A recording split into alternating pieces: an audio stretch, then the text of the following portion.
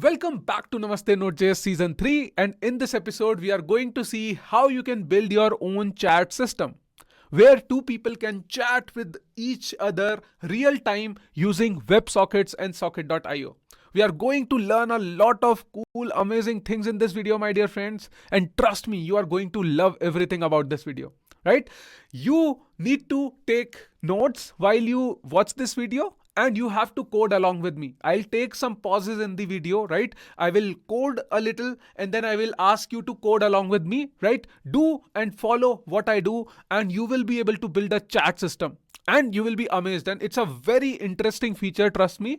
And I am going to teach you the real live implementation of WebSockets, and later towards the end of this video I will also tell you, right, important things, right, and important more concepts about WebSockets that you can further study to increase your knowledge inside WebSockets. See, WebSockets, real-time communication, all these concepts are very, very, very huge. In this episode I will try to cover portions of it, and I will try to give you real world knowledge about these things, right? And I will tell you a lot of cool, amazing things. And I will also tell you, I will also give you some references and some topics that you have to study after this video so that your understanding becomes even more stronger. Okay. I want you to be really good when it comes to WebSocket or real-time communication. If you are giving an interview, you should be able to talk about things because, unless you have worked and built such features, you will not be able to explain it to your interviewers, and neither you will be able to build it when it comes to build a real world live application where you might need to use WebSockets or a real-time communication kind of a thing, right? There are so many examples on the internet that you will find, and so many applications that you daily use which uses WebSockets behind the scenes. And today we are going to see one such examples. One big example is chatting applications, right? So you are online, your friend is online, you are sending a message and it automatically quickly goes to your friend is chatting, it automatically quickly goes to you, right? How does all that happen, right? We will see all of it live in action in our DevTinder application. We are going to build a small feature where, suppose if you have sent a connection request to your friend, right, on DevTinder, and your friend request has been accepted. So once you are connected, once two people are connected, they can chat with each other. We are going to build that feature today, and hope you are interested and hope you are excited. So let's just quickly get started with WebSockets and chat application that we are going to build in this whole episode. Okay, so let's just get started without wasting any time, my dear friends. So, first of all, let's go to our code. This is our front-end code. This is our backend code, and I will also keep taking down notes like I always do in our README file. Cool. So today we are going to build, my dear friends, chat using real-time chat using WebSockets, right? So WebSockets is an underlying concept, and the library that we are going to use is socket.io. Okay, so a lot of people don't know about this, but I will explain you about this, right? So there is a library, socket.io. See, WebSocket is a concept, right? Just like we have APIs in our browser, similarly we have WebSocket connections where a server can connect with multiple clients, right? And they can talk to each other. It's a bi-directional connection, right? I will talk about it more, don't worry. But what we are going to use is socket.io, right? This is the application, this is the package that we are going to use to manage our socket connections, right? We will refer to this documentation. I will keep referring to this documentation. Now, I always keep telling you that this documentation is good, this documentation is not good, this, that. And let me tell you, my dear friends, there is a good news for you about socket.io. Its documentation is neat and its documentation is nice, right? I personally like it. You might not like it, but I personally like it. Okay, so you can go through this documentation. It's a very clear, not so sophisticated, easy documentation with some examples. There can be some, some things if you want to find, it can be tricky, but then it does the job, right? It's a good documentation to read, right? I would suggest you definitely. Like in the last episode, we were integrating Razorpay and we find the documentation not so good, but in socket.io, the documentation is good, right? So I really like it. That's my personal opinion. You can have your own opinions, right? Just read it and go through it, right? So you can go to documents, guide, tutorial. You can go to client API, server API. We are going to see a lot of things, right? But this is how basically things are, right? I am not going into a lot of theory here, right? Because I want to, there is not a lot of theory that needs to be covered for learning WebSockets. What I want is I will directly kind of jump into the code and slowly I'll start explaining you alongside I write code. Okay. So I will write code and I will explain alongside, right? Instead of explaining theory or something. But I would highly suggest you please go to this documentation and give it a read, right? Go over here, right? This socket.io docs and guide, right? So this will basically talk a lot about what is WebSockets, how do socket.io work and all that other stuff, right? So again, right? So okay, let me just take like 1 or 2 minutes to explain a little bit about socket and WebSockets and all that stuff for people who don't know. Otherwise, you people will say, Akshay, you are not teaching or you are in hurry or something. See, I'm not in hurry. I just want to, teach you interesting stuff and writing code and stuff, right? But let me give you a brief idea. See, when I am on this page, let me just talk a little bit about socket.io. See, socket.io is a library, right? Now there are 3 main keywords. Whenever in your interview or whenever you are explaining WebSockets to anyone or this library socket.io to anyone, always keep these 3 things in mind, right? I love this. Low latency, bidirectional, and event based. Right? These are the 3 major things about socket.io. And see, low latency, you understand what is low latency, right? It's fast, it's seamless, it's, the connection is smooth, fast, right? That is low latency. Bidirectional.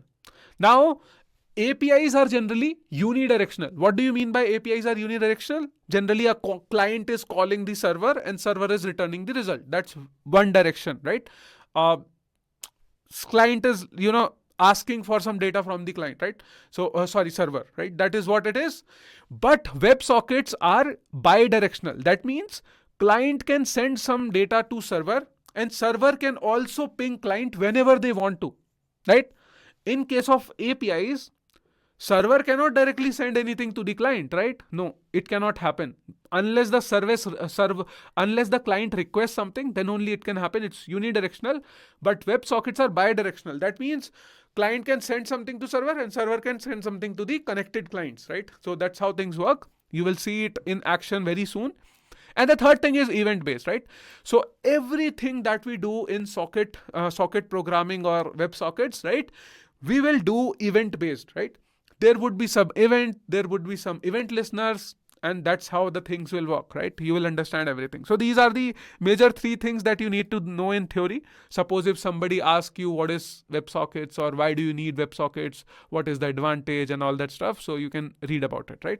So please go through a lot of things, right? What socket.io is not and all these things, right? You can check out these common questions and so many other things, right? How it works, right? Just read about it, how it works, what is, how does handshake happens and all that stuff, right? I'm not going through all the details, but let us just now go to code and start implementing, right? So, and before even, building a chat system, let's just start with very basic first, right? Very basic thing, right? In our application, what we are going to build, if suppose 2 people are connected, so they should be able to send messages to each other. Okay. So that is what we are going to build. Okay.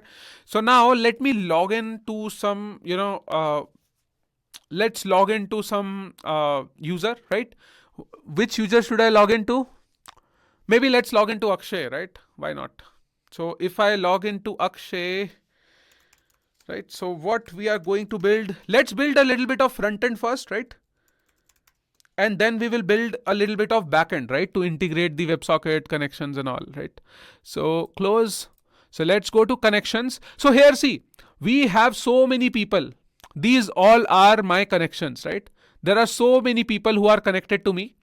Now what I need to do is, if somebody is connected to me, I am the connection of somebody else, right? So there are so many people are here. Now, if suppose I want to chat with Narendra Musk or I want to chat with Virat Kohli, so I should show them a chat kind of a button, and then it takes me to a chat page where you open a chat window and then do stuff, right? So that is what we are going to build. Let's start building it slowly, and then we'll see, right? So first of all, to create a chat window kind of a thing, right? To create a chat window kind of a thing, we will need a separate component as per se, right? Let's build a chat component, okay? Just to build a a UI kind of a thing for our chat application. So now, right, and this chat application and this chat window will be loaded on /chat or something like that, right? So let's load this component on a route, right? How do you add it to a route? Something like this, right? So CV, and then I can build a chat kind of a thing, right? So chat, and then I can load a chat component when the route is chat. Okay, so if I go over here and if I click on chat, so it should, it should take me to the chat component. But suppose if I want to chat with Virat Kohli, so I should have some button kind of a thing, right? Let me build a button kind of a thing. If you click on it, it takes me to the chat of Virat Kohli. Okay, so how do you know that which chat are you on? So what I will do is, let's build something like this, right? Okay, so if suppose I want to chat with Virat Kohli, it should be something like this: chat / Virat Kohli ID, right? So here we can have the ID of Virat Kohli, or chat / the user ID which we need to chat to, right? That URL would be good, isn't it?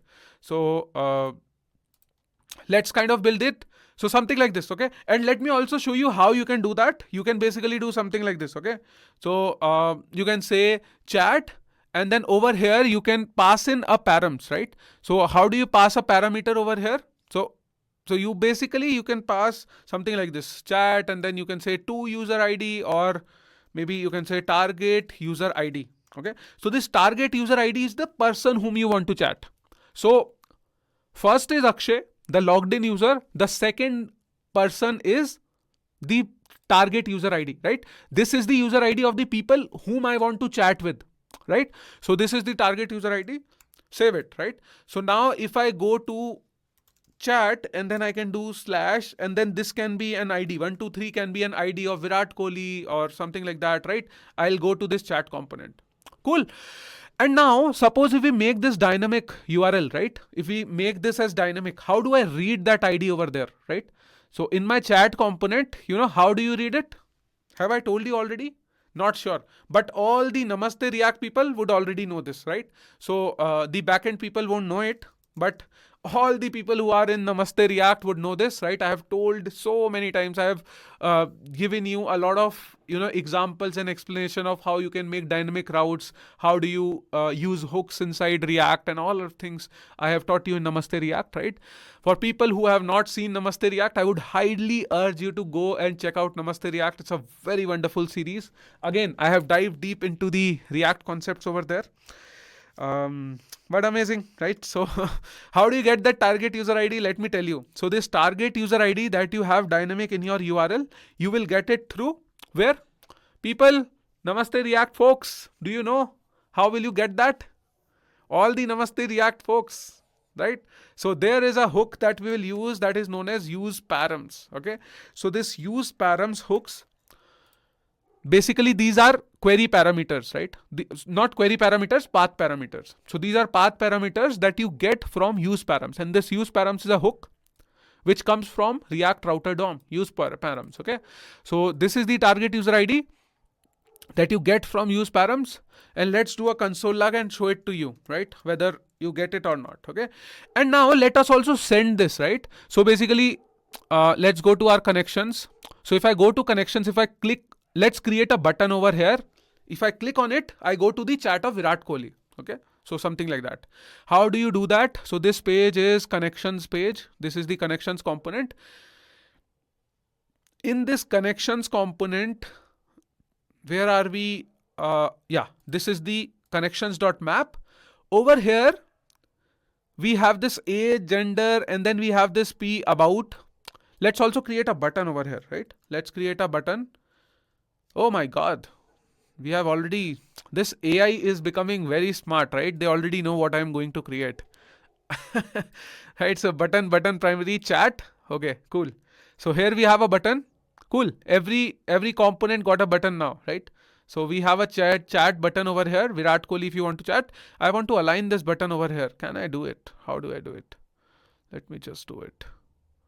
Okay, I need to keep it outside the div. Will it work? X and then over here, right? Cool. And I need to basically, spread it out. How do you do that? You basically need to flex and then justify between or something. Justify between. Will it work? Let's just try. Oh my god. It basically, it just messed things up. Okay, so what I'll do is, let me not justify it. But right? Please fix the CSS. I don't want to spend a lot of time in fixing the CSS over here. But let me just remove this because it is looking ugly. This is still looking a little fine, right? So if I click on this chat, I should be taken to the Virat Kohli's chat, okay? So let's pass in some ID over there. Okay, so when you click on this button, so how do you build that click functionality?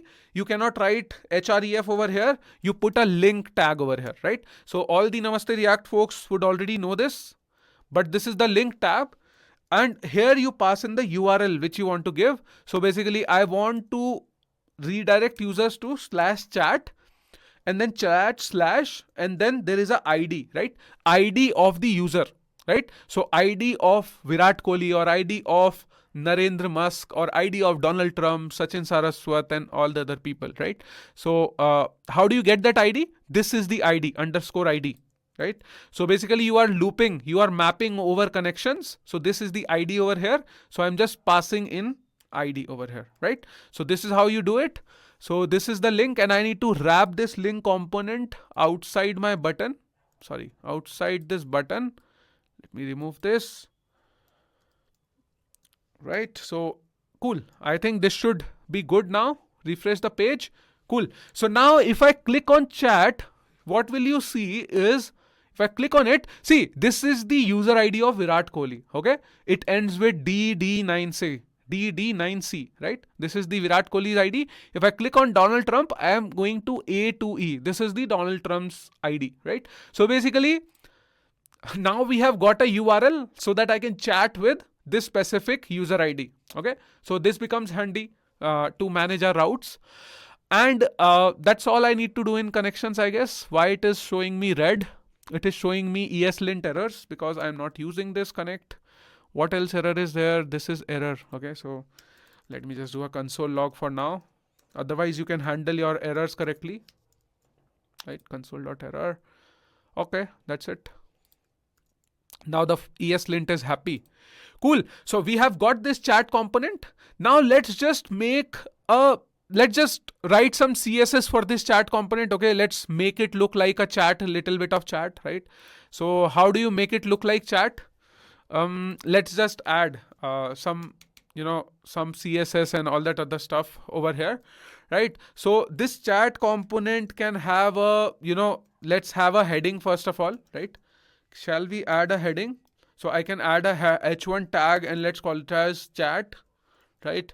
And then maybe give it some class name and let's give it maybe padding of 5 and I can give it border and then I can give it border B and I can give it border and then I can give it border of gray of maybe let's give it 600 or something. Okay, so this is the chat. Cool. So this looks good, right? So I have given it a border bottom and I have given it a border bottom and border gray 600, right? So this is the heading. Now this is the head portion. Now let's build a chat window where the messages will appear, right? So let's create a chat window where the messages will appear. So I can have a div where I can get some messages and then I will also need a div where I can add some, there should be a place where I can send a message, right? There should be an input box and if I click on button, it should send a message. So that will need another div, right? So that will need another div. So basically over here, I want to show some messages. Okay. So over here, I will write some messages, display messages, right? Display messages over here, display messages. And over here, I will have input box or something, right? So I will create an input box, right? And then I will also have a button which says send, right? So button which says send. Cool. So in the input box, let me give it some class name and IDs, right? So first of all, let's give the container some CSS, right? So first of all, let me make this container as maybe width of half the page, right? So and margin auto. How will this look? Cool. So this is coming in the bottom right. This is coming in the center. Now let us also give border to the whole div, right? So it will make it look like border, and I can give it border gray 600, right? Let's be consistent. And then I can give it padding also. No, I don't need padding. I can give it margin, I think, right? Margin of 5. How does it look? Margin of 5, right? Cool. And this looks very bad, right? This looks very white. Okay, my bad. Okay, and this is it. Now it looks very short, right? So let's give it height also. So maybe height I can give it full. How does it look? Okay, it's not working. I can give it a height of maybe you can say 70 viewport, 70 view height. How does it look? 70 view height. Cool. This looks good, right? So 70 view height, and then I can give it a flex, and then I can give it flex column. Cool. So this looks good. Now we have a heading. Now let's create a input box, right? Let's customize our input box. This input box looks very bad, right? So or maybe let's give it some CSS, right? So CSS, let's say padding of I have given a padding of 5, and I can say border of top, right? I can give it border top, border gray 600.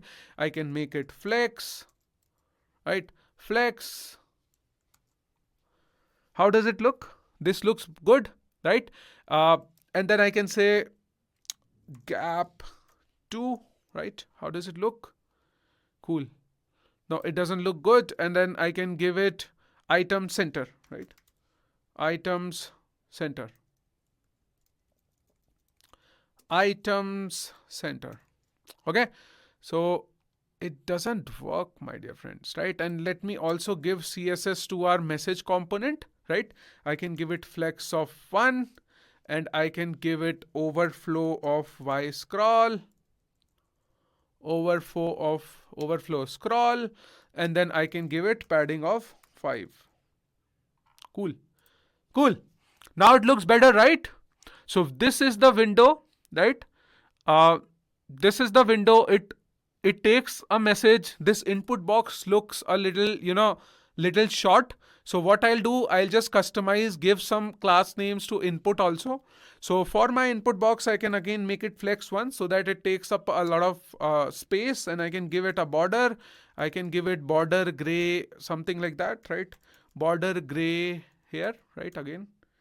So basically, see, you can customize however you wish to. I'm just trying to make it as cool as possible, right? I can give it text white so that the content inside doesn't look bad, right? You can give it a background color also. You can give it a rounded also. Rounded, you can give it border rounded, right? Basically, if you give it rounded, so it gives you rounded borders. And then also basically you can give it a class of padding, right? So if you do that, so this looks good, right? And I can also customize this send button with some colors and a lot of cool things, right? So basically you can give it a class name of maybe background, or maybe you can give it a button primary or something like that, right? Button primary, tertiary, BTN. These are the classes given to us by secondary. Cool. This looks good, right? The second button looks good. Okay, so this button secondary is the class given to us by Daisy UI. So I'm not doing anything. So I was about to create a very basic UI, but I have created a good looking UI, isn't it? So this looks good, isn't it? So over here, I will show some messages, right? So how do you show some messages now, right? So let's show some messages. So first of all, I'll have to create, right? Let's create a let's create a variable, right? So here I will store all the messages in a temporary variable inside my component. Okay, so I can call this as messages. Just a minute. This is a local variable, right? State variable, messages comma set messages, right? And all the messages I will store over here, right? Use and then state, right? Use state from React. All these messages comes from here, and over here I can display these messages, right? Whenever there will be some messages, suppose it has some some messages, it will show it like this, right? Messages dot messages dot map. You can just map over the messages, right? Messages dot map, and for each message, right, you can just for each message or MSG message, I can just show some code, and I can return a div, right? So oh my god, it completed some things for me. Cool. Message from, I don't need this code. I really don't like when AI completes, I auto completes my code or something, right? So okay, so let's show some messages. I would definitely need a key, right? And let's make the key as index over here, right? Because that works, right? Index, and over here I'll show message.text or something like that, right? I don't have a message over here, but suppose if I have messages something like that, right? Messages text, and then I can say HELLO, hello, okay, messages.chat or something like that, right? So I can just say message.text, hello world. So my messages will look something like this, okay? So here, and then there can be some sender and a lot of other stuff, right? So we will talk about that later. But first of all, I was just concerned about building the UI, right? So hope we have done enough in the UI. You can make it more customizable. You can make rounded corners and you can beautify as much as you can, right? I'm just doing a basic stuff, right? And maybe, you can use Daisy UI components also, right? You can go to Daisy UI. And over here, if you'll go to components, here you will find some chat components. Do you have a chat component kind of thing? Yes, see this. Here we have chat bubbles, right? So see, you can use any of it, right? This is how you can show messages. You can show messages like this and all the other stuff, right? So this looks cool, isn't it? So this is how you can show some messages, isn't it? You can just copy this whole thing up and maybe you can show it over here instead of writing this up, right? You can show something like this, right? So why it is complaining? Why is it complaining? Missing key prop. Okay, sorry, my bad. Okay, so basically I'll add a key, right? Key is equals to index. It should not complain now. Yes. So over here you can show how many hours ago the message was there. You were the chosen one seen, and here is the name of the sender and all the other stuff, right? If you'll go over here in DevTender, see, now this message looks cool, right? So this message is from Obi Van Ken Boy and something like this, right? You can just use this. Suppose Akshay Seni is sending the message. So basically you will see Akshay Seni, you are the chosen one, and here you can show the status and all that other cool stuff, right? So I'm not doing a lot of CSS now. That's it, right? I have already spent like around 25 minutes in just showing you this, right? Where is WebSockets? You will now say, Akshay, where is WebSockets? This is a Namaste Node.js course, not a Namaste CSS one. I'm really bad at CSS, my dear friends. But yes. Now let's just begin with WebSockets. Otherwise, you all will get bored with my CSS skills. My poor CSS skills, you will get bored. Okay, so now let's just start writing some WebSocket code, isn't it? So see, now let me tell you a little bit more about WebSockets. So in WebSockets, client will have to make a connection with the server, and there will be code on both client as well as server for your WebSockets. Okay, so WebSockets is a communication between client and server, and it's a bi-directional connection. So you need to make an connection, right? So for that you need a library. If you'll go to socket.io, it gives you two types of documentation. One is server API, one is client API. Okay, so one by one, we will integrate both of them, server API and client API. I generally would like to start with server API because we should write the backend code first, right? I believe that. And that's how you do it. It gives you an option of how do you, see, this is how you set up the, WebSockets on your server. Okay, so let's try to do this, right? How do you do this? Just give it a look. Right? So what you will have to do is, see, this is your existing app. Where is my backend app? This is my backend app. Let me bring it over here, right? So this is my backend app. Now you need to use the existing app and integrate this socket.io. How will you do it? Just look carefully, right? So it extracted this create server method from HTTP module, right? So there is an HTTP module, remember? In the season 1 of Namaste Node.js, in the season 1, remember I was talking about HTTP? I showed you how you can create your own server without using Express. This is the same HTTP create server that we need to use. Okay, so we will use the same create server, and socket.io is the library. You have to do npm socket.io first of all, right? So that you can import it. And this HTTP is a package which is included inside Node, so you don't have to install it or something. You already know, right? From season 1. This is the package that you need to, install basically. So let's install the package first. So the first step is, let's also keep taking down notes meanwhile, right? I just remember that, okay, I have not taken down note. Okay, so I have built the UI for a chat window, right? Build a chat window on /chat path chat, and then you can say target user ID or something. I have just used the word target user ID because I couldn't find a better name. You can say sender or receiver, or I don't know, chat user ID or something like that, right? Target user ID means whom I want to send the message, right? Suppose if I am logged in as Virat Kohli and I want to send message to Donald Trump, so the target user ID is Donald Trump. Okay, Donald Trump's user ID. That's what it is. So create that. You already know front end code. Now set up socket.io in backend, right? So basically you need to install the package first of all, right? You will probably have to do something like this, right? Socket.io.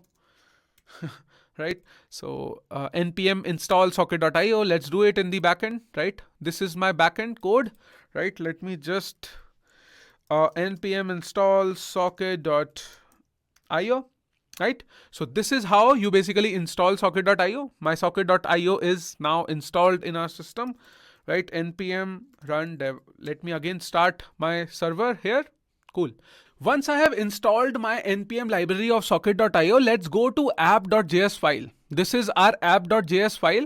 Now here I will have to do the configuration for socket.io in backend, right? So always remember where we are doing this configuration, whether it is a backend or front end, because see, client and server behaves very differently in your socket programming, right? Whenever you are doing this kind of an implementation, it is very different, right? So server API is where you will find backend and client is the front end one, right? So in server API, if you will see the implementation, this socket.io is implemented on this server, right? That you get from HTTP node modules, right?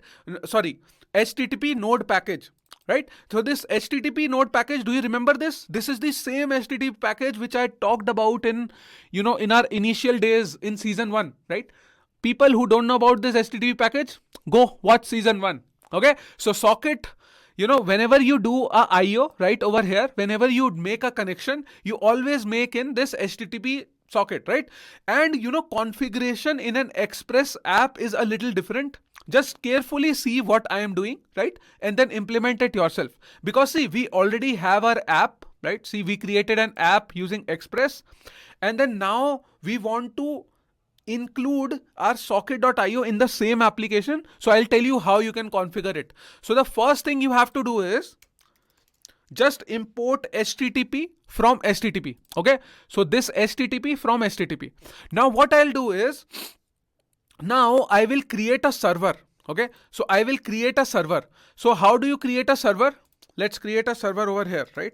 Constant server is equals to HTTP dot create server and this app. What is this app, right? What is this app? This app is this Express application, right? So this app is the existing Express application. I have created a server over here, right? So using this application, I have created a server, and instead of app.listen, this is a very, very careful step that you have to do. If you make mistake over here, then your application will not run. Okay, so make sure, see what I did, constant HTTP, and over here I am creating a server using http.create server, and this app is the Express application, right? This Express app. See, right? Now this app, and now what I will do server.listen, right? I will do server.listen instead of app.listen. Okay, so when you do server.listen, right, this is the configuration that I need for socket, right? This is the configuration that I need for socket. And now once I have this server, I will need this server for my configuration of socket.io, right? For initializing the socket.io, right? So how do you initialize socket.io? See, I can write the whole code over here, right? How do you initialize it? Let me just show it to you. How do you initialize it? You basically have to import socket, right? You can do something like this. Socket is equals to, and then you have to require socket.io, right? You have to get this socket from socket.io, right? And what you need to do is, you have to create an IO is equals to, and then you call it socket, and then in the socket you need to pass this server, right? So this is the important thing. You need to pass the server, and you need to pass some configuration also. And this configuration is basically required CORS configuration. Yes, see this. AI is auto completing my code, right? This I really like, right? Sometimes it is very bad, sometimes it is good, but that is what I wanted. So basically, see, this is the configuration to handle the CORS. Just like we had this configuration on the top, right? To handle this CORS. See, CORS, when you do app.use, similarly, we need this CORS origin over here to handle the CORS issues while communicating using web sockets. Okay, so you need that. But the main thing is that this server is needed, right? This server that we have created is needed over here to initialize this IO. Right? Now, once we have this IO, we will just use this IO to receive the connection. So basically I can do IO.on, and then I can do something like this, connection, right? So whenever I get a new client connection, so I am writing the backend code. See, where is it? I am writing the backend code, this server. So suppose if client is sending a request to server, right? So this is where I accept a connection. What happens when you add a connection? So basically you get a socket over here, right? You get a socket over here, and then you basically write code to handle, right? This is here I will write code. Okay, so this is here I will write code to handle, right? Handle the events. Now over here I will handle events. Okay, so this is how you basically configure it. It looks a little complicated, but let me revise it once again. Shall I? Keep taking down notes. The first thing you will have to do is HTTP require HTTP.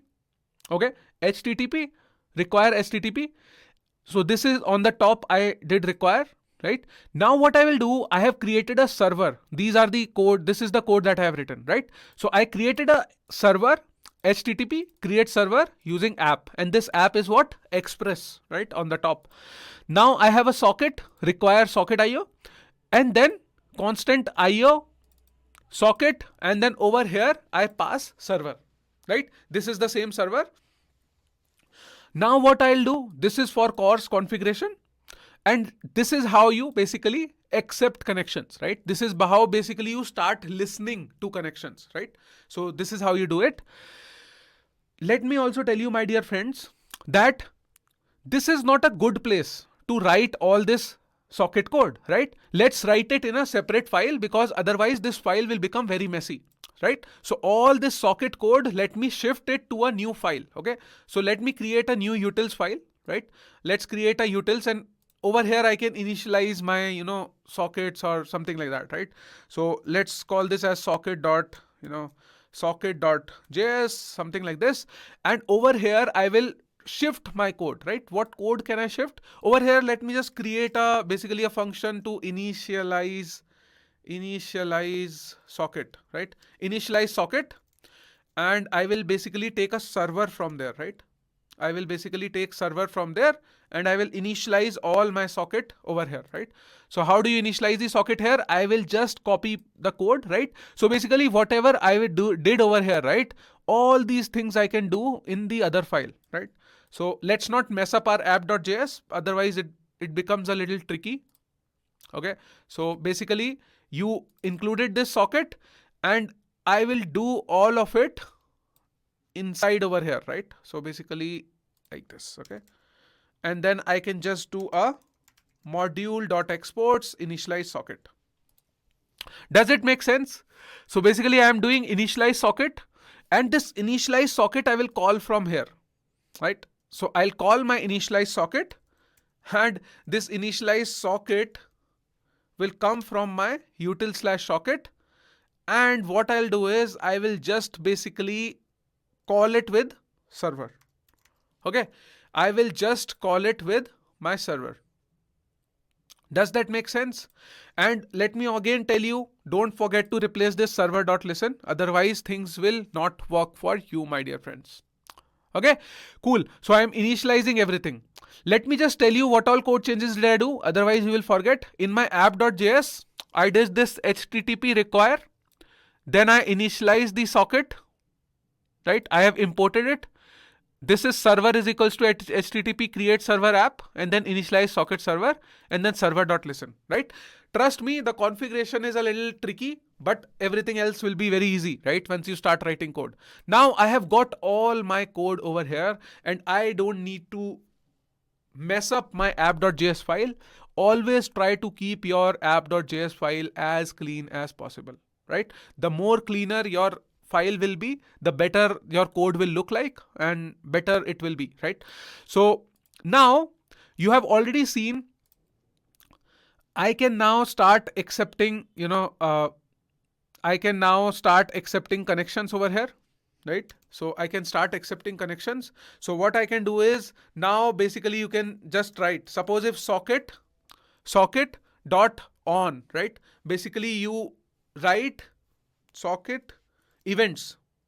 So I can say socket dot on, and I can write an event over here. Suppose if I said, okay, somebody wants to join a chat. So I will say, okay, they will send me a message or a event which is known as join chat, right?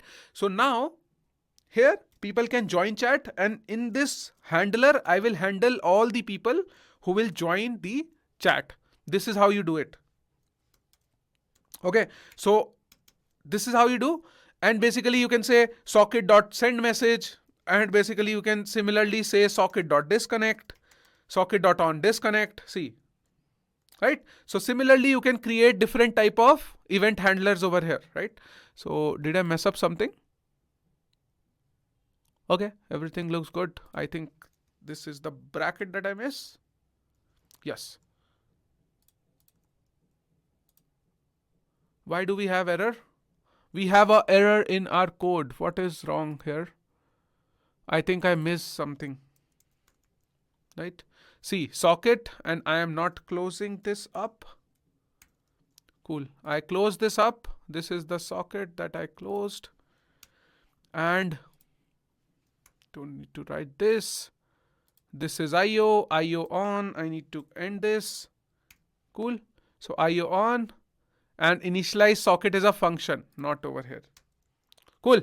Now this looks good. So basically, IO.on connection, whenever you receive a connection, so these are the event handlers. So basically I am handling these events from here. Right? Easy peasy, right? This is the configuration that I need to do. So let's do this configuration for now. Now let's move on to the front end side of configurations, right? This is the backend configuration. Do till here. And let me tell you, before I move on to the backend configuration, I want you all to finish this configuration and then come back in this video. First of all, in the front end, create this window. Then the second step should be do this backend configuration. What you need to do, let me revise it once again. First thing is HTTP, require HTTP. Then you need to basically constant server is equals to HTTP create server. Then replace this app with server, and then initialize socket function you need to call. And then when you call this function, you need to basically, import or require your socket from here. And then you need to add this IO, right? IO basically is your socket. When you call this socket function with server, this server comes from your HTTP server, okay? From your app.js file, handle CORS issue, and then basically you do IO.on. This is very easy, right? IO.on, and you can start receiving your connections. Do till here, and then take a pause over here. Do till here, and then come back once again, and then we will do a client side configuration. Then we will do front end configuration, and I will show you the magic of how you can chat with other users. Okay, so let's just do it. Welcome back, my dear friends. Hope you have done this in the backend. Now let us move to the front end part of it. Now in my chat.jsx, over here, I will first of all have to, before even starting coding anything, first of all, install a package, right? There is a front-end package for your socket.io library that is known as socket.io, right? SOCKET socket.io slash socket.io/client, right? So this is the package for your front-end library, right? So install this socket.io/client. If you will go over here, in the client API, you will find out. See, there are multiple ways of doing this. See this. You can also import this io.js kind of a thing, right? I don't need this. Always go with this package, right? Socket.io client. So if you are using ES modules, you use import. If you are using CommonJS, you can require it like this. We are using this. So basically, I need IO from my socket.io client, right? This is what we are going to do. Okay, hope this makes sense to you. Now what we'll do is, okay, now let me tell you what we'll do is, where is my front end code? Cool. So I have installed it. Let me run my server once again, npm run dev. Cool. So I have run my server once again. Let us configure our socket.io. So again, I will configure not inside my, some files or something. I always love to configure things in a different file, maybe in constants or somewhere else, right? So just like I configure somewhere else, right? So let me just configure inside constants because it's a very small configuration and you can configure wherever you wish to, right? You can create a separate file also, or let me create a separate file. If you wish, you can create a separate file also. Maybe let's call this as socket.js, or you can do it inside constants. Let's create a separate file. What's the issue here, right? So, and then I will do import IO from my, socket.io/client, socket.io/client. Okay, so this is where I will import my IO from, and then what I'll do is export my constant, and then I will create a socket connection. Okay, so let's create a function, create socket connection, and this function basically creates a connection and returns us the socket object where we can send emit events, we can join a chat, we can send messages, we can do a lot of other crazy things with this, right? So it is giving me the code, but I don't want to take this code, right? Basically, No, I don't need this. Chuck it, right? Let's use our own code. So what I will do is basically, I just want to, it's a very basic code. Okay. So I just want to return over here IO, and then this IO function is called using a, you give it a URL, right? Basically, you give it a URL where you need to connect your backend URL. So over here, I will just give it base URL, right? So give it base URL. So this base URL is what? This base URL, if you'll see in the constant, it is localhost, otherwise it's /API, right? So over here, this is it. Let me tell you, this configuration will work on your local system, but this configuration will not work on your, on your production, right? When you will deploy this app, I will tell you what fix you need to do. But first of all, understand that, okay, you just need to return IO base URL, right? That's it you need to do for this point of time. Now you have set up your socket connection here, right? With this base URL. This base URL is the basically your backend URL that you are sending it over here, right? This is where you need to, basically you are telling the client, connect to your backend system, right? Backend URL, right? This is what you are doing over here. Now let's go to our chat, right? Save it. Let's go to our chat.jsx, and over here is the place where I need to basically, where I need to connect to my server, right? So how do you make a connection to your server? This is what I'll show you right now. So what I will do is, as soon as my page loads, I want to connect to my server, right? As soon as the page loads, I want to connect to my server, right? So let's just write this logic over here. I have a use effect, and this use effect should come from my React. Okay. Yes. So this use effect comes from my React over here. Now, first of all, I want to basically, I want to connect to my, basically I want to connect to my server. So how do you do that? First of all, I'll have to import that socket, right? So I will need that socket, socket, constant socket, and then I will create a connection. Where is it? Not. So socket, create socket connection. Okay. So I need to basically create a socket connection. So create socket connection. Okay. So basically, as soon as the page loads, so this use effect, all the React people will already know. As soon as the page loads, so basically this use effect is called, and I create a socket connection. I am creating a socket connection, and I get this object over here, this socket object. Now I will use this socket to basically, emit events, right? I can now emit events, right? That is how, you have seen that, right? When I was telling you the docs over here, these three words: low latency, bidirectional, event based. So this event based means all these are events. This join chat is event, send messages event, disconnect is event.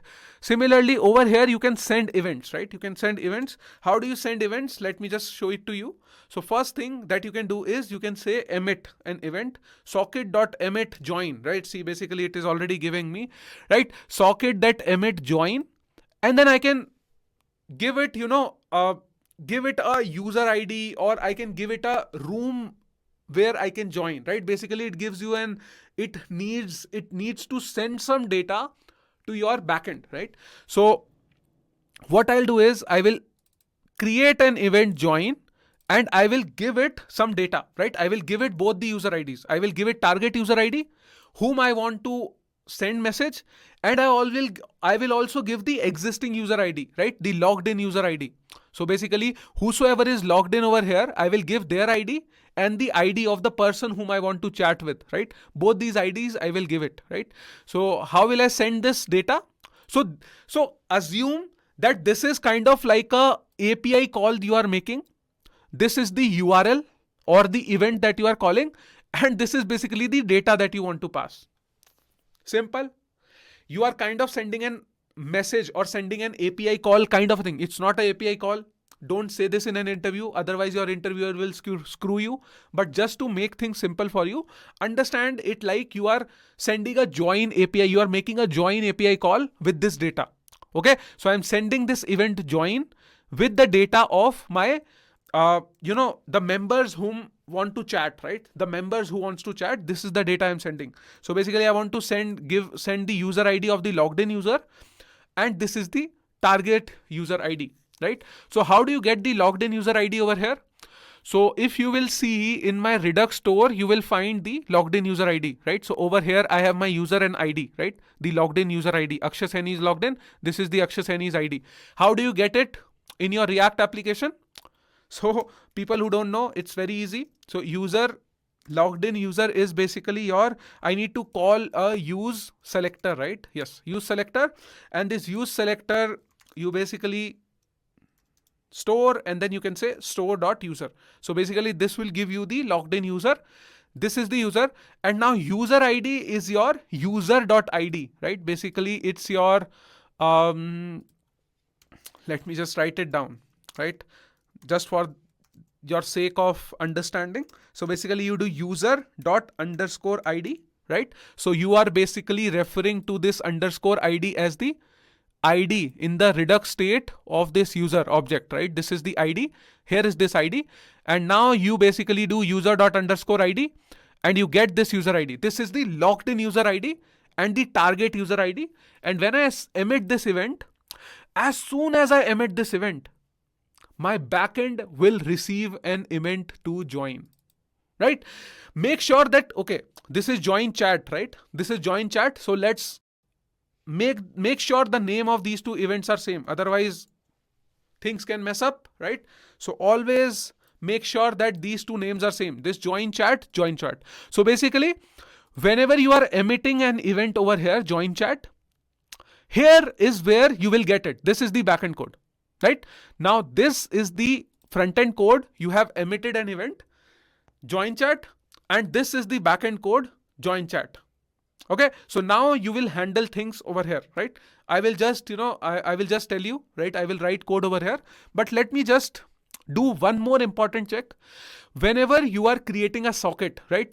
You are doing something like this, right? Create socket connection. Make sure you are disconnecting the socket also. It's very, very important. See, as soon as you load the page, right? Now your component will be loaded. Go to your network tab, right? As soon as you load the page, right? Let me tell you, let me refresh this page. If I refresh this page, you will see an important thing, right? Okay, it's failing. I think the code is failing for some reason. Why? Cannot read properties null of undefined, right? Okay, because initially the code will be null. So I'll have to make sure, right? Chat.jsx user.id, right? So basically this could be null, right? So potentially make it like this, right? Use an optional chaining, because on the initial render, this user will be null, right? Because React renders it in multiple cycles. All the Namaste React students would know it. React renders it in multiple cycles. So initially user will be null, but as soon as it renders it once again, it will get the user ID, right? So now this should work, right? So if I refresh the page now, see, this started working, right? And if you'll go to network tab, see, it has started making socket connections. Do you see this? You will see a lot of, if you refresh the page, you will see that it is making a socket connection. A socket connection is established with the backend, right? So it has sent a socket connection request over here, right? See this. It has sent a socket connection request, and it has also received a 200 OK. That means your connection is done, right? Basically, there is a server which is listening to this, right? Okay, so this is a perfectly valid. Your code should reach over here. I would request you, please pause the video over here. Do this configuration till here and make sure, right? What all things I did. Let me just revise it once again, right? In my socket.io file, okay, this looks very confusing. Let me go and show it to you over here, right? In the socket.js file, I have written this code, right? Basically, I have imported IO from socket.io client. I installed, first of all, socket.io client. Then I did IO. Then over here, I am just exporting return IO and base URL. That's it I am doing, right? Now what I did is in my chat.jsx, I have just written this use effect. I have created a socket connection and I have emitted an event which is join chat. So basically, what I want to do is, as soon as my page loads, please join the chat, right? So what I am doing is, let me just take down notes. As soon as the page loads, I am going a little slow, very, very slow, because I want you all to understand what I am doing. I can go very fast also. I can write code very fast, right? I can just quickly do all the things and you will see the chat happening. But I want to teach you the meaning of each and every line that you write, right? So basically over here, I'm creating a connection. I'm emitting the join chat. So as soon as the page loads, this use effect means as soon as your page will load, this will emit an event join chat and it will start, as soon as the page is loaded, the socket connection is made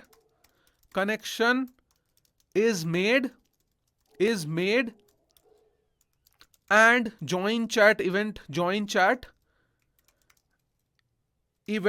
is emitted, right? So basically connection is made and you say join chat. Okay, so that's what you are doing over here, right?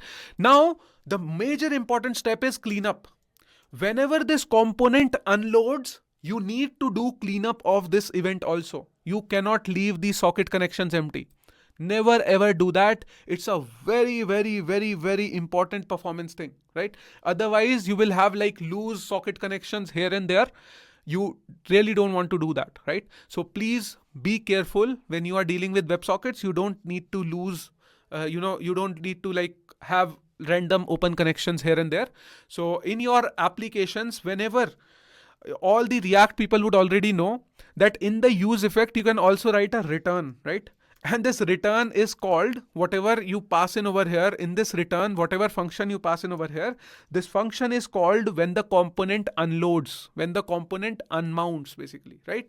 So when the component unmounts, I need to basically do socket dot disconnect, right? So there is a function socket dot disconnect. So this socket dot disconnect is called, I want to disconnect this socket whenever the components unmount. And I can also write a console log if you want to, but I am okay with it, right? Socket dot disconnect. Okay. So whenever your component will load.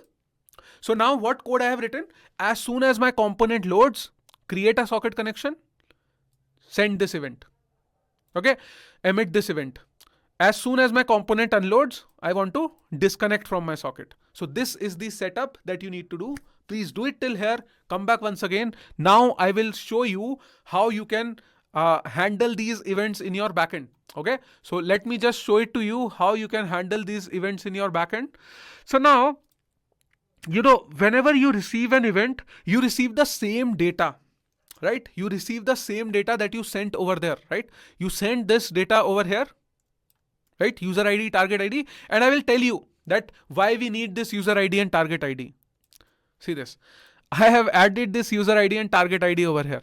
Now, I need to create a room over here, right? So whenever there is a chat that happens inside a room. And in that room, there are some participants. Think about it like that. Whenever there will be a chat, whenever there will be a socket connection, we can create a room, right? When you create a room, in that room, there can be room has a room ID and there can be multiple participants in that room, right? That room, right? And they can chat with each other. That's what the whole purpose is, right? So what I will do is I will create a separate room for these two people. See, there can be a lot of users randomly connecting to random chats, right? So I want to make sure that suppose if Akshay is trying to connect to Virat Kohli, it's not that they are chatting, their chat is separate. So it's a separate room that I need to create. And suppose Akshay is connecting to Donald Trump, Akshay is texting Donald Trump, then the room should be very different. Donald Trump is connecting to Virat, the room should be very different. So I have to create a separate room for individual people. That's what I want to say. Okay. So I need to create a room. How do you create a room? Everything will make sense, right? Everything will make sense. So basically you create a room, and now when you create a room, right? when you create a room, so basically when I say a room, right? So basically it needs a unique ID. So let's say unique ID, right? Once I have this unique ID, now I will just do socket dot join, and then I will just do room. Got it? So basically, see, again, let me explain you once again. This is a tough concept. A lot of people don't understand what is done over here. So basically what I am trying to do, whenever somebody opens this page up, right? Suppose I am opening this page up. So it creates a socket connection with the server. We need to create a room. We need to create a room in that server with a unique ID, right? And then you do socket.join room. So one connection is established in a particular room. This concept of room, you will understand it very, very soon, right? And this room should have a unique ID. Now this unique ID, how do you create this unique ID? This is the reason why I need the ID of both the users, right? So that I know where connect, so basically I'm trying to create a connection between one user ID and second user ID, and I need to create a room for just these two people, right? Assume that there are thousands of people who are sending connection requests. See, this code will be called by like thousands of people simultaneously. How do you know which person wants to chat with whom? And how do you connect both of them? You connect via room. And this room will have a unique ID. And let's create a very simple room ID. Okay. How do you create a simple room ID? Let's say user ID 1 underscore user ID 2, right? You can create a room ID like this. Okay. So how do you create a room ID like this? Let me just show you. User ID. You have this, and then you can say dot join, right? Dot join, and then you can say dot join, and then I can say underscore. Okay. I can put an underscore in between. So basically, user ID underscore target ID is my room ID, right? So, and I can also say, okay, console.log. Okay, I can just say console.log, and I can just basically say that, okay, I can just basically say that room joining room, and then I can just say, joining room, and then I can just say this room ID, right? Basically this room ID. Okay. So this is my room ID. Cool. So now I can join the room, right? So let me refresh this page and let me show you what you see on the server. Let me save this code up. If I refresh the page, if I go over there, if I refresh the page, right? If I refresh the page, it is giving me an error. Why it gave me an error? It is giving me an error. Why it gave me an error? Let me refresh the page. Okay. So there is some error in connection. App crashed. Room is not defined. My bad. Okay. So room ID. Sorry. My bad. Okay. So I am facing issues. If I refresh the page, let me clear and let me refresh the page. So you will see this joining room and then underscore this ID. So basically the user ID did not come, right? So the user ID did not come. Why? Because the user ID is initially null or empty, right? So basically I need to make sure that use effect is called on every user ID change, right? So whenever my user ID changes, I need to call this, or my target user ID changes, I need to call this. Okay. So you should do this also. Target user ID changes, I need to call this, right?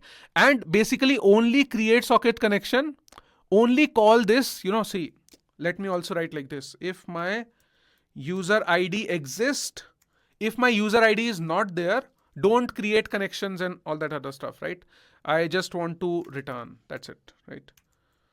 So basically, I don't want to create socket connection if my user ID is not present. Okay.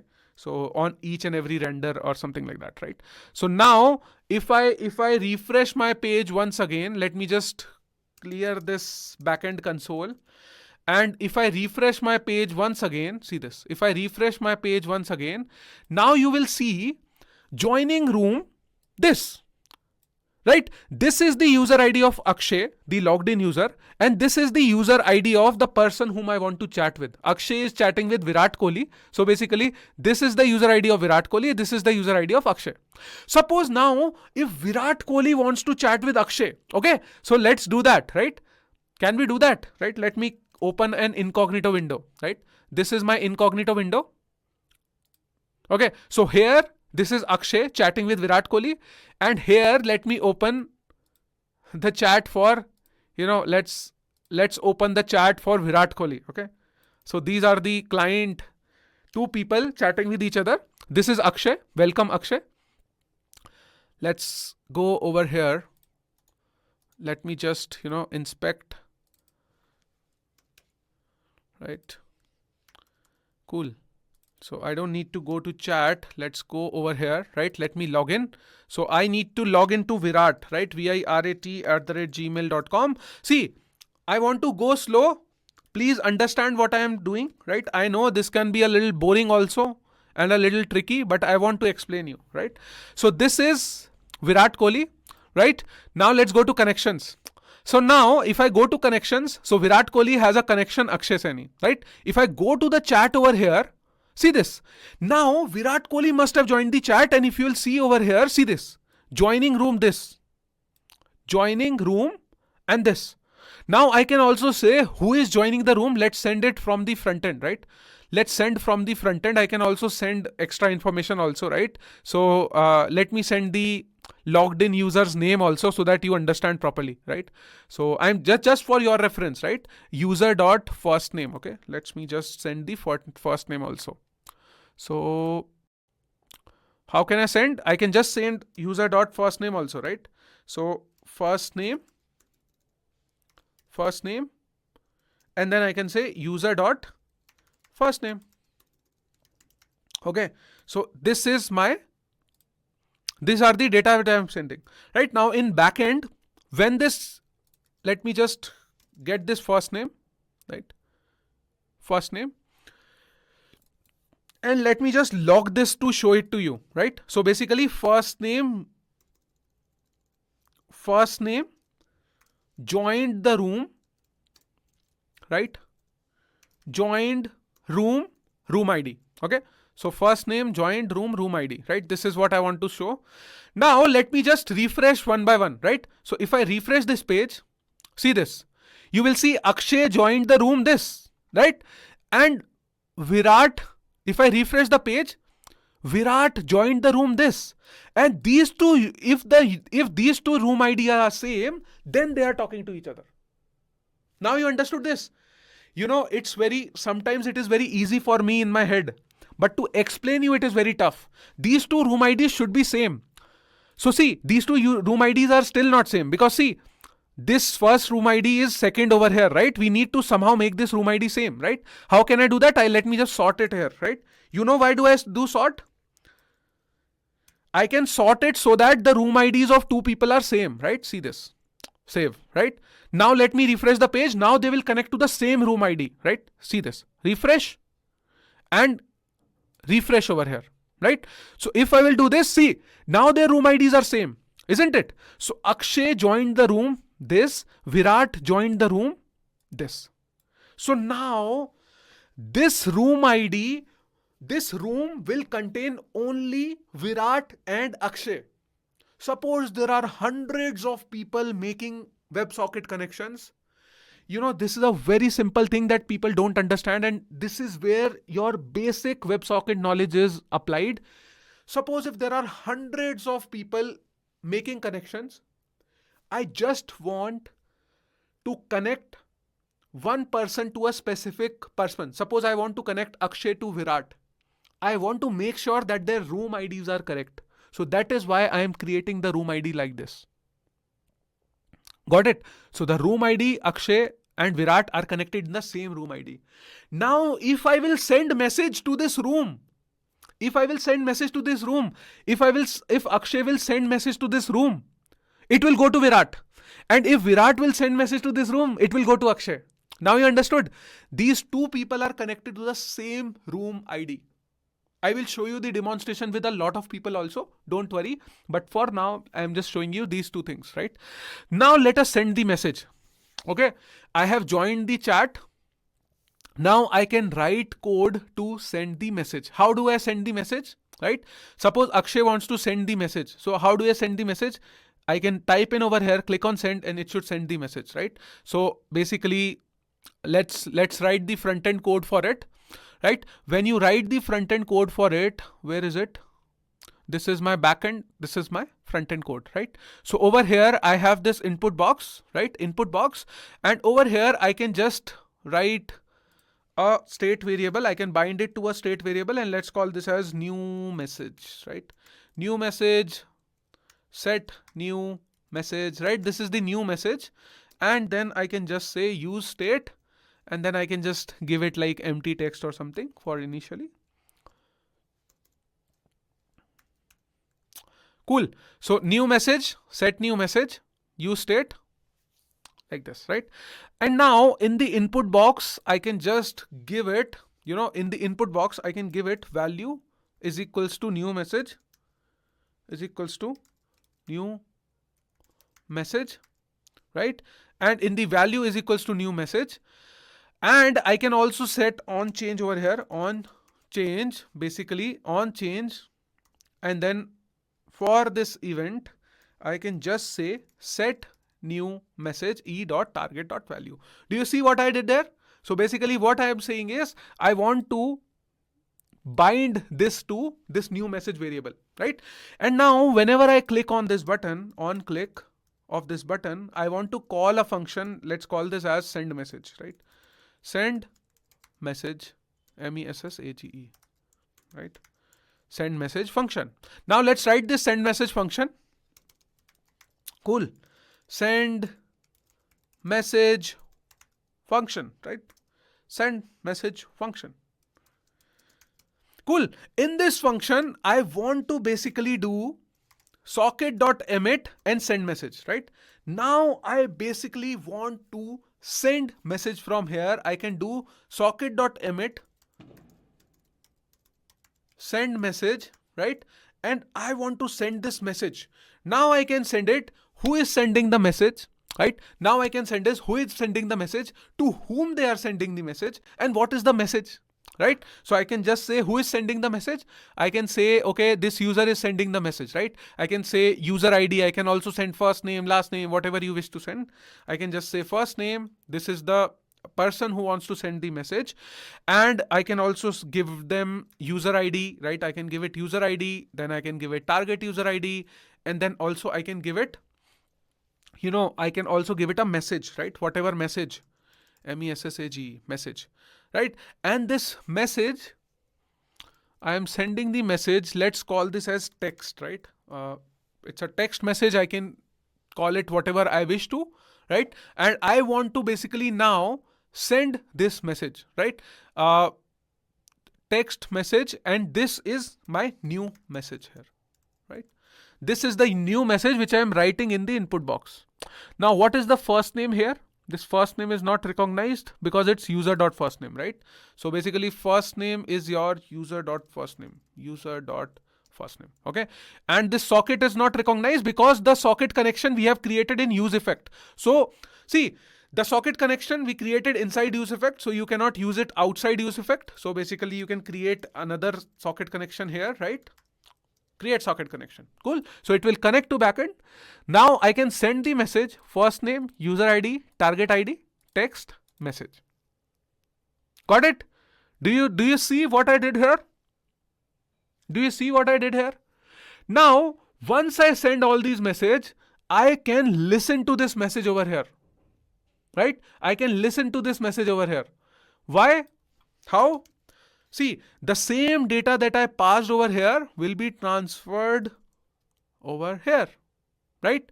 Will be transferred over here. Sorry, this is the first name. Cool. This is the same data will be transferred over here.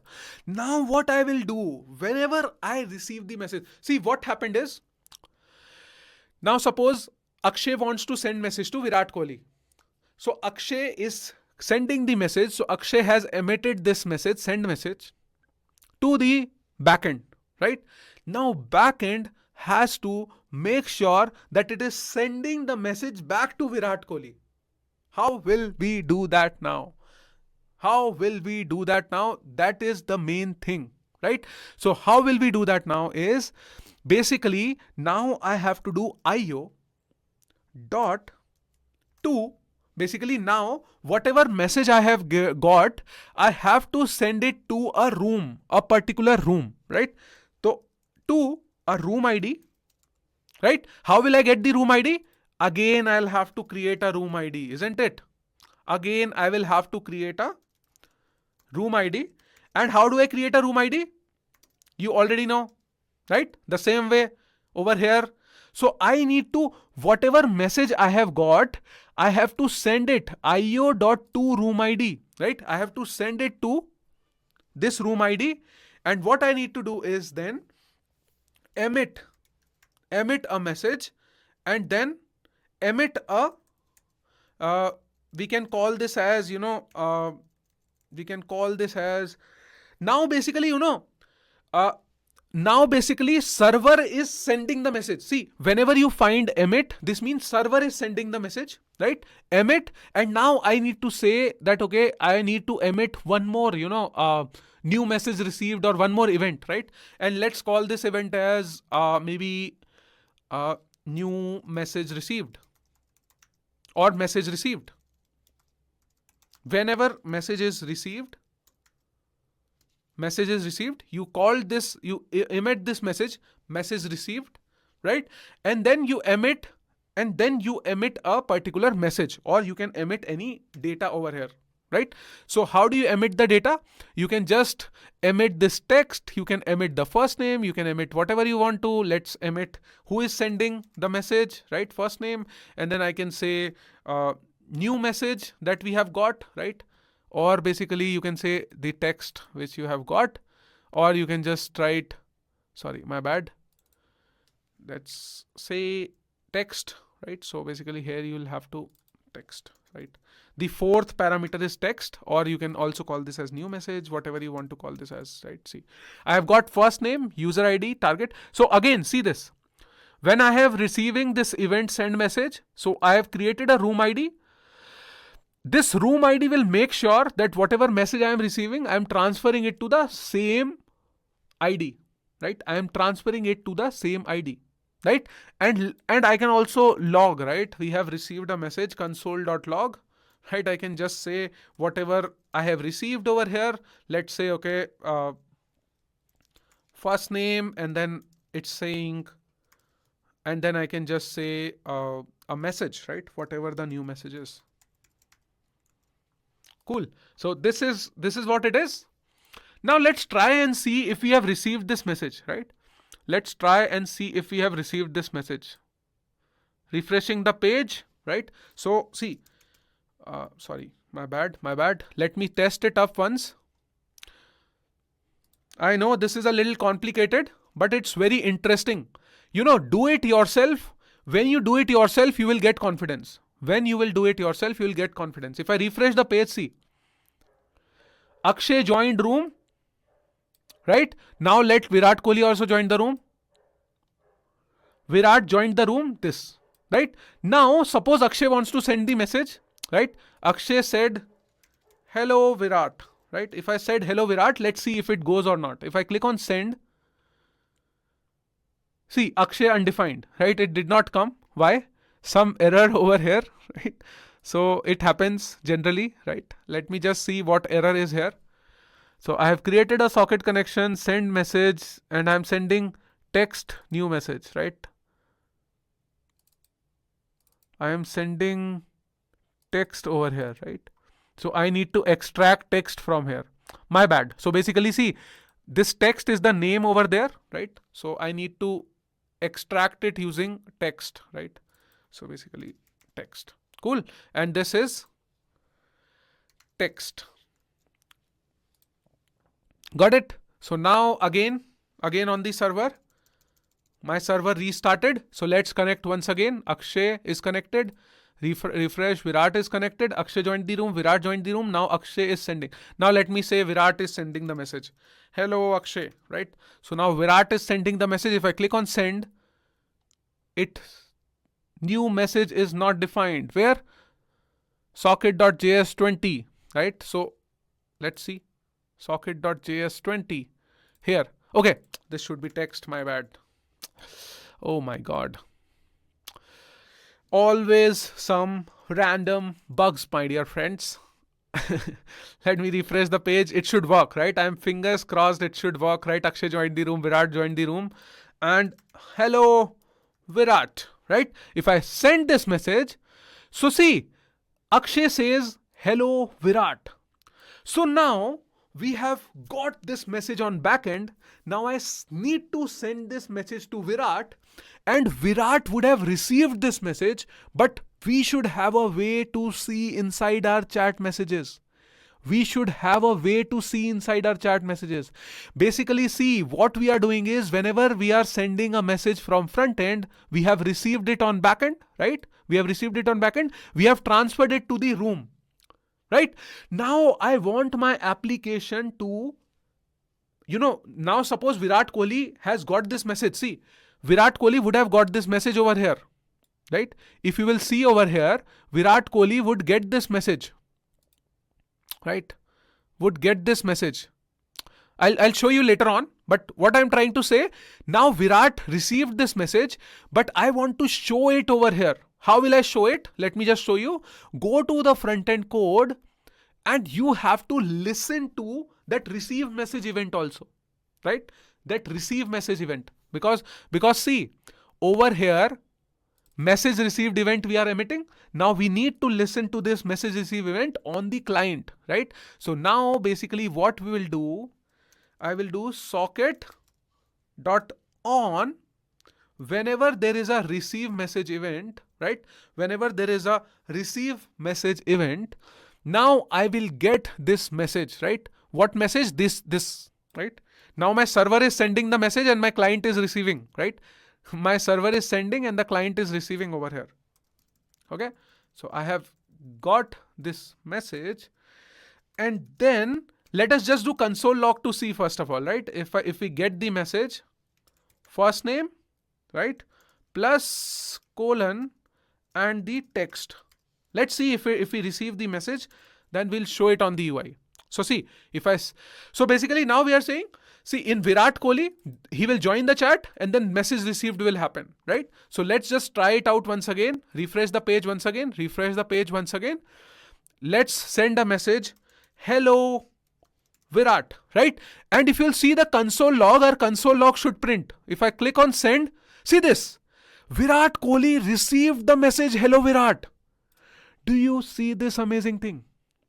Do you see this amazing thing? Right? This is the beauty. Right? This is the beauty over here. I can just see that, okay, Akshay, and then it says, hello Virat. Now suppose if Virat is sending the message, Akshay should also receive, right? And see, Akshay is also connected to the same room. Now Akshay is getting his message also and Virat is getting his message also. See, now Virat is sending the message, hey Akshay, right? And Virat is sending the message, hey Akshay. So see, Virat sent hey Akshay. See, both of the places, because these two clients are connected to the same room, anybody sends the message, the room is notified. This is the whole WebSocket, my dear friends. If you understand this, whole WebSocket is clear. Two people connected to the backend server in the same room, whenever they send a message, both of them receives. All the members will receive. All the people who are there on that room will receive that message. That simple, that easy. That's all you need to do, right? So basically, we have got this. Now we just have to display it on our chats. That's all. And I think this chat window looks a little, short, right? Let's make it a little wider, right? How do we make it a little wider? Let's go and improve the UI, right? So in the UI, I can just say this is half. It is taking half, right? Let's say it takes 3/4. Can I do 3/4 here? 3/4. Cool. Yep, this looks good now, right? So now let us just show the messages over here, right? Interesting, isn't it? So instead of this message, I want to show actual messages of the users, right? Actual messages that I receive. Cool. So now let us just see the messages, right? App. No, I should go to front end. In my front end, we had this send message messages objects, right? Set messages. Instead of this, let me just make it empty for now. Right, let me just make it empty for now. Initially, the messages will be empty so that my chat is empty. Now I will populate it with messages, right? Now I will populate it with messages. How? Whenever I will receive a message, I will push it to send message, right? So send message is an array, right? Sorry, messages is an array. So I will just push it inside this array, right? So I will do set message, right? Set messages, MESSAGES, set messages. And over here, in this array, I will basically all the messages, and then I will push in one more text message, which is my text and the first name, right? The first name and the text. First name, comma, text. Okay, now I have set the messages, first name and the text. So now it will go inside this messages. Now I just need to display it on the front end. I will go over my JSX code. Over here where I have written Akshay Saini, over here I should ideally write message dot first name, right? Message dot first name, and then where the chat is there, message dot message dot message dot what? Sorry, message dot text. Sorry, my bad. I am also getting confused. Message dot text. Cool. So now you should see everything in action. Trust me. Fingers crossed. Everything should work perfectly fine, my dear friends. Right? Everything should work perfectly fine. Hope so. Right? Let me just see if things work properly. If I refresh the page, right? If I refresh the page over here, Akshay and Virat are refreshing the page. Akshay joined the room, Virat joined the room. They have joined the correct room. Make sure that these both people are joining the same room. Your logs should be proper. If your logs are not proper, then you will not understand that Akshay is sending the message to some other room. Virat is sending the message to some other room. It will not happen, right? Now, let us just write this over here. If I say hello, Virat, right? Hello, Virat. So it says, if I click on send, do you see this? Akshay says hello Virat and Virat is receiving it instantaneously. This is real-time WebSocket connection, my dear friends. Even if you are anywhere on the internet, see, Akshay is also connected to a server. Virat is also connected to a server. Akshay is sending the message to a room. And then as soon as the message is received in that room emits it. How do room emits it? io.toRoom, right? Where is it? In the backend code I have written io.toRoom. Here, right? In this room ID. As soon as Virat receives it, it shows, right? Now suppose if Virat is sending the message, hey Akshay, how are you doing? Right? So if I say this and if I click on send, do you see this? Now, again, right? See this. Now Virat is sending the message, Akshay is also receiving. But now we are not seeing the messages over here. Why? Why? I don't know. Maybe it is getting replaced. It is not getting added, right? So I need to do something, right? My messages are not, my messages are getting replaced basically. They are not getting appended. They are getting replaced, right? So what you need to do is basically you have a mistake in your front end code. Where is it? So basically, yes. So I am doing set messages over here. So I am adding this array of ... messages. So this generally happens because you are doing you are editing the state using the same variable. So basically you don't do it like this, right? So if you have to do it properly, you should basically get the previous state. So basically the previous state messages, right? You get the messages and then basically you do this, right? So now it will properly work, right? So let's go back refresh the page once again. So if you'll refresh the page, we are not storing the chat anywhere, so it will get lost, right? Hey Virat. See this, Akshay got hey Virat. Now say, hey Akshay, how are you doing? Right? If I write this and send it, do you see this? Now I can properly chat, right? And then I have to, see this. This is staying over here. So basically you can do these small improvements. Whenever you send the message, then this should become empty, right? So how do you do that? So where is it? Your send message. Whenever you are emitting this message, just make your new message empty, right? Set new message is empty, right? So that, see, after you hit enter, basically after you will send, so this will become empty, right? And after you hit send, this will become empty and it reaches over here. Do you see this? This is amazing, my dear friends. So this is what is live WebSocket connection. Two people are connected with each other. Now, let me also test it once again with some other connections, isn't it? So let's go back to Akshay's some other connections, right? Let's go back to our connections and let's go to some other, let's say Donald Trump, okay? I want to chat with Donald Trump. Let me log out with Virat Kohli. And let me log out to, now let me first of all log into Virat Kohli and let us just see, right? Virat@gmail.com. Virat@123, right? So here is, I am logged into Virat. If I am going back to connections, if I go back to Akshay, so I want to show you that, okay, I am now in the chat of Donald Trump, right? So basically if I am sending, hey Trump, send message. So see, Virat is not receiving it. Why Virat is not receiving it? Tell me. Why Virat is not receiving it? Because they are on other room, right? See this. They are on some other room. Akshay joined this room. So Virat Kohli is in some other room, right? All together other room. So that is what I am saying, right? So now let me just log out and let me log in with Trump, right? Trump@gmail.com, right? So I'm logged in with Trump. Now let me go to connections. Let's chat with Akshay, right? So if I click on Akshay, so now I am connected to Trump, kind of, right? Trump says, hey Akshay. So I should receive the message ideally. Cool. See this. Now Donald send me the message, hey Akshay. And so what I'm saying is, with the concept of these rooms, you can just basically, secure the messages between two people, right? There are a lot more other, ways of authenticating and securing these chats. One way is to authenticate these sockets using a auth, right?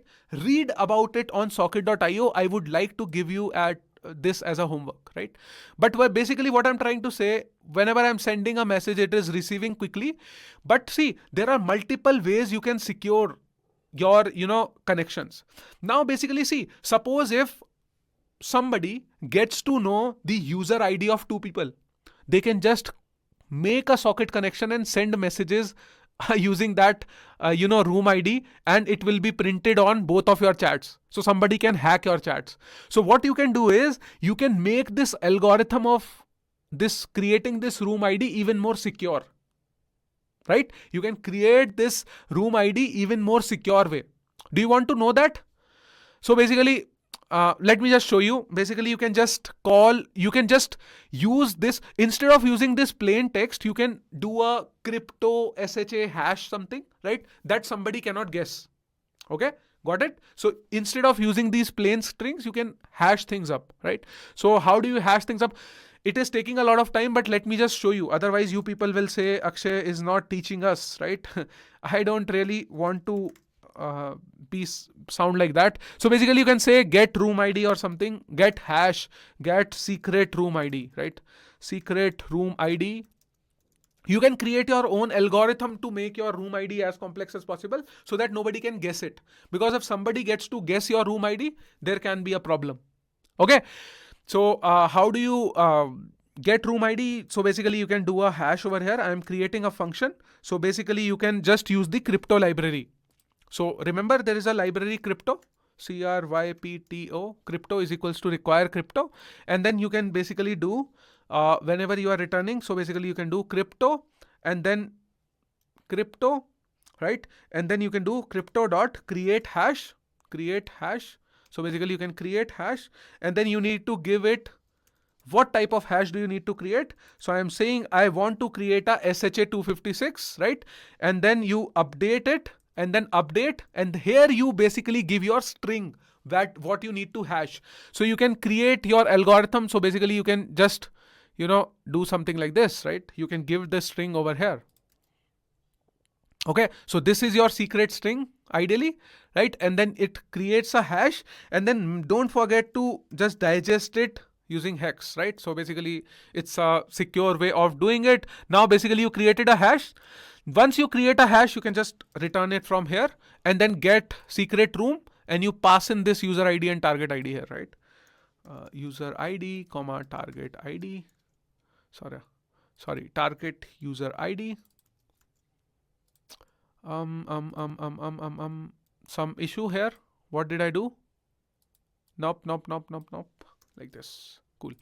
Cool. So this is what it is. Now I can just use get secret ID. Okay. So every time I am not just creating this plain secret ID, I can just say get secret ID, and I can just get secret room ID, and I can pass in this information right here. User ID and the secret ID, I can pass in user ID, and I can pass in target user ID. Cool. And I can also not put these brackets here for simplicity. Cool. So this is how you do it. And similarly, you can also get this room ID in the same fashion. Now I'll show you how it looks, right? So see. Now, basically now your room ID will look like a hash, right? So nobody can basically guess it. Suppose if somebody gets to know your user ID also, they cannot guess it, right?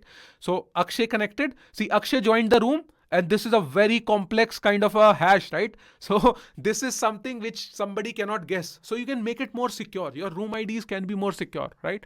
And you can, suppose if Donald want to join a room, see, if Donald joins a room, see, Donald also joined the room, but these two rooms that we have joined are same, and it is created using your hash ID. So you can change your algorithm accordingly, right? You can, no need to do like this. Maybe you can join it by $1, or you can make it more complex kind of a thing, right? Join it by $1, so the whole hash would change, right? Something like that. So your room IDs should be very safe.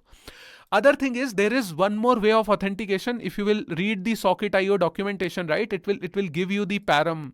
So let me just show you how. Go to APIs, server APIs, and if you go to options, so do you see an auth here somewhere? Auth, or maybe in the API itself, right? Do you see auth here? Auth. How do you use auth?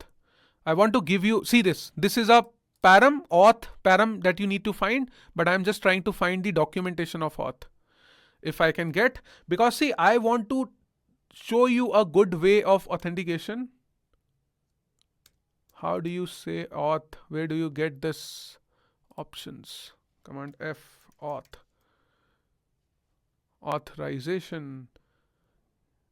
Auth. So it's there in the document. Does this documentation have a search? Yes, it's there. Yes.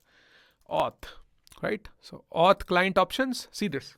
So now you can basically see, you can just authenticate your token like this, right? So read about this.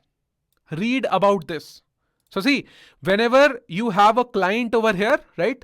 Whenever you are connecting with a client, so make sure whenever you are doing an IO, so you can pass in auth token over here, right? You can pass it auth token over here.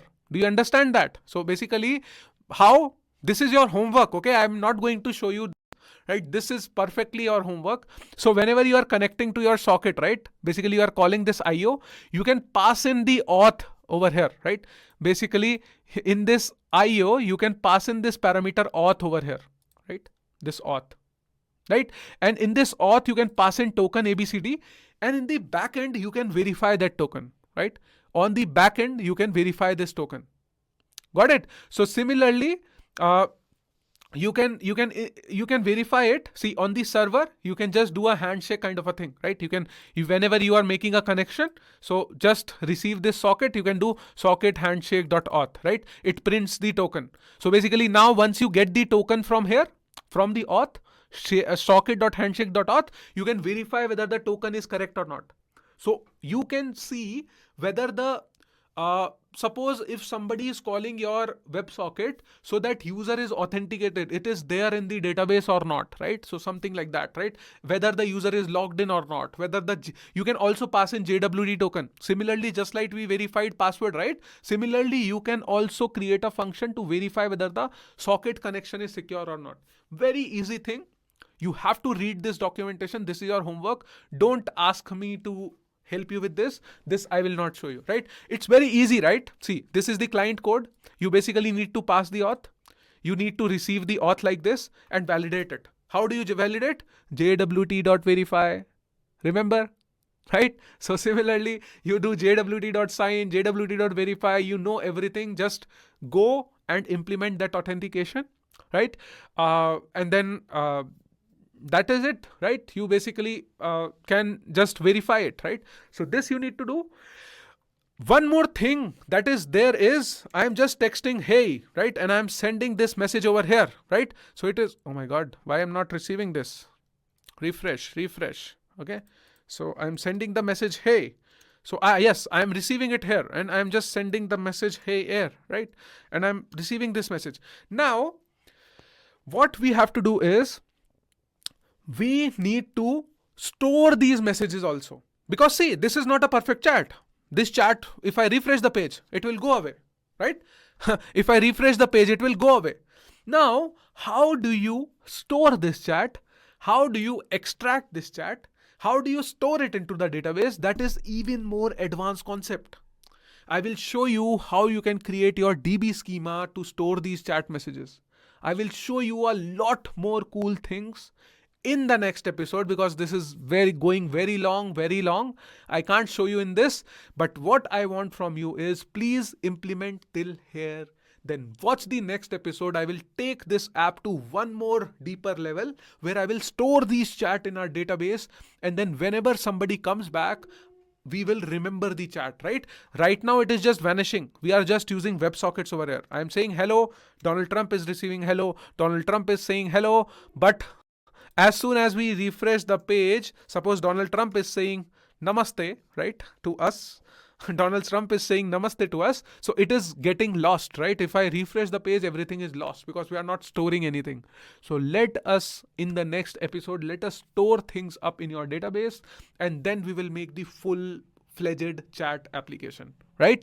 And then I will show you complex cases also, where Akshay can chat to Donald Trump and Virat Kohli simultaneously. That will be amazing, right? So we will see all of it in the next episode, my dear friends. That's all in this video. Hope you would have enjoyed it. This can be a little tricky concept, but I want you to please, try it out yourself. Write the code once again, right? Write the code once and then write it once again. When you will do it 2 times, then it will become very easy for you. It's very easy. For me also as a teacher, when I was preparing content for this episode, it was taking a lot of time for me to wrap up the head, because see, I know in my head what I am writing, but how to explain you in easy words. So that is, and the concept of rooms, right? Because if you don't understand the concept of rooms, nothing. Right? You won't understand anything. You will mess up, right? Akshay will send message to some random room. Virat will send message to some random room. I will show you how you can, create rooms. I showed you all of that. Hope you would have understood it. If you did not understand, watch this video once again. Watch this video 2-3 times. There is no limit on watching the video. Watch this video multiple times. Keep taking down notes. Understand what I am doing. Go repeat what I did, and then do it 2 times. Then you will understand it. Then everything will be clear. Right? So this is what it is. In the next episode, I will store these chat and also deploy it on our devtinder.in domain, right? Everything will be on the domain name, right? And you will see your live chat working on the devtinder.in domain name, and you can chat with each other. That would be amazing, isn't it, my dear friends? So I will show you how you can modify your configurations to make it work live on production. I will show you everything. you know I really wanted to dive deep into the advanced concepts, and I'm really happy that I'm teaching you WebSocket, socket.io, so that you can do it. And in the same way, you can create your own chess application also. Remember how you have to join two people in the same room and then send their moves. Now you understood, right? If I can send message from here to here, so I can store my chess also, right? I can create a chess game also. That is an idea for you to create in your in your project. You can create your own chess application, you can create your own different type of games, because see, games needs to be real time. Suppose if somebody is playing some random carom game over here, or somebody is playing a tic-tac-toe over here, you can create a tic-tac-toe game application where two people can connect and play with each other on a tic-tac-toe, right? You can create a lot of games, because games needs to connect two people in a same room, right? That is how you manage it. I will tell you a lot of more cool things also, some advanced things also in the next episode. Wait for it. And that's all in this video, my dear friends. I'm excited, so excited to create the new video. I will record the video just after, right? I'll just stop the video over here. I will give this video for editing, and then I will start recording the next video. Hope you will enjoy it. And thank you so much for watching the video. Just last thing I want to ask you, my dear friends. I have created season 1, I have created season 2, I'm creating season 3, and I'm putting a lot of efforts, my dear friends.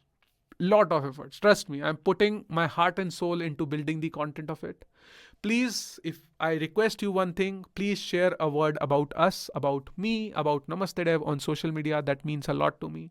Share your progress, share your notes, share your journey on social media. Share a word about Namaste Dev, Namaste React, Namaste Node.js, Namaste Frontend System 9, our courses to your friends and family, and help me reach a lot of developers. I don't have a marketing team as per se. We hardly do any marketing. Everything is organic. People like you, refer it to your siblings, refer it to your friends, right? So that's how we grow. And I would love to really grow, and I would love to have more students in my batch, and lot more students who study with me and become great developers, right? So thank you for your support, whatever you have done, and keep supporting me.